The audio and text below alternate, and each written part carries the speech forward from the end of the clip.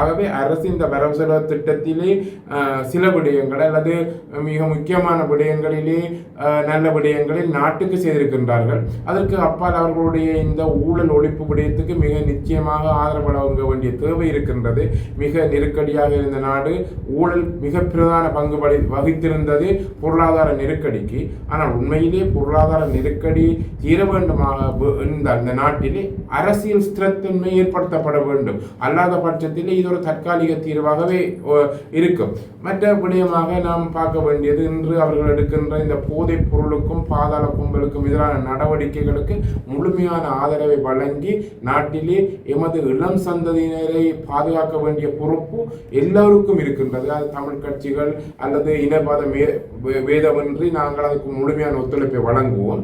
இந்த வரவு செலவு திட்டத்திலும் நாங்கள் பல விடயங்களை ஆதரித்தாலும் கூட தமிழ் மக்களின் எதிர்பார்ப்பாக இருக்கின்ற இந்த அரசியல் தீர்வு விடயங்கள் சம்பந்தமாகவும் அவர்களுக்கான நீதி, அவர்களுடைய மொழி பாதுகாப்பு, அவர்களுக்குரிய நிலம் சம்பந்தப்பட்ட உறுதிப்பாடுகள் இல்லாத பட்சத்திலே அதற்கு எவ்வாறு ஆதரவளிக்கின்றது என்ற ஒரு வினா எழுப்புகின்றது.